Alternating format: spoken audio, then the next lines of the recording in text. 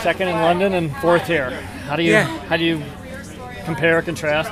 You know, it's tough competition. You know, 4 years later, you know, I wish the result would have been different. Fortunately, it's not. You got to face the facts. You know, and you got to congratulate your teammates. They fought hard today. Just wasn't my day today. You ran the perfect race until the last 50. It looked like. Did you feel yourself tying up? Yeah, I just didn't have any more in the tank. You know, I don't know what I can attribute that to.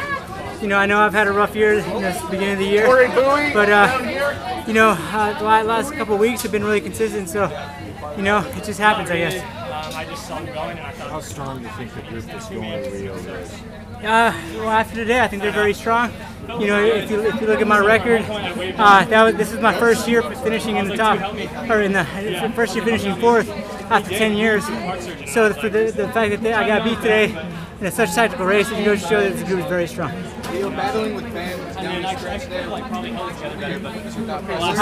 Did you think you had him at any point? I thought I did, but I think he saw me and he got an extra little boost. I just couldn't get it. You know, I actually had a really good race. You look back at it, I stayed out of trouble as much as possible. You know, I look back at it, and the only thing, I just didn't have the wheels that last 100 meters, the last 50 meters actually. Knowing so many guys didn't have the standard going in, did you assume it was going to be a fast race or that those guys were going to take it out right away? I figured it was going to be a fast race, yeah. Yeah. Was there any moment where you didn't think you'd be able to get to this point this year? I know you've had Yes, actually, December, January, February, March, and April. Those are all like really tough years. That started late December. I came down with some kind of bug, bronchitis, turned into pneumonia in January. Then, you know, unfortunately, I had a family emergency when my uncle passed away. And then right after that, you know, I try to get back and I get sick. And then I'm coming back again. Right after Texas relays, I have another fall, come down with another bug. So it's been one thing after another.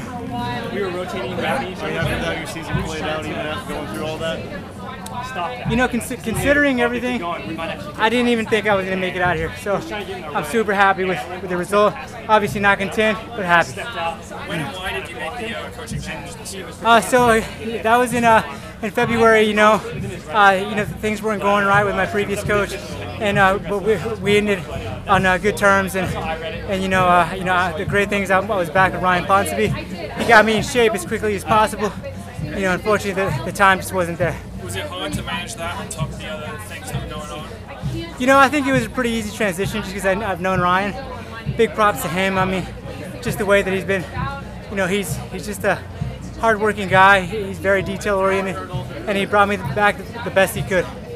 So. Leo, you were really coming on strong in the final straight, and then all of a sudden it hit you. Could you tell us what that feels like? Hey, it just feels like you're trying to walk and you're not going anywhere. It's 400 hurdles. What's it take to do what you've done for 11 years? Well, actually, you know, to be honest with you, it goes back to enjoying the sport. You can't do this day in and day out if you don't enjoy the sport.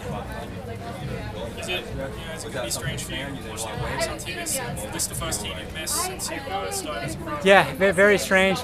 You know, but it is what it is. You know, you got to look at it. You got to dust yourself off and keep going. Did you say anything to Ben after this? Honestly, I couldn't even talk.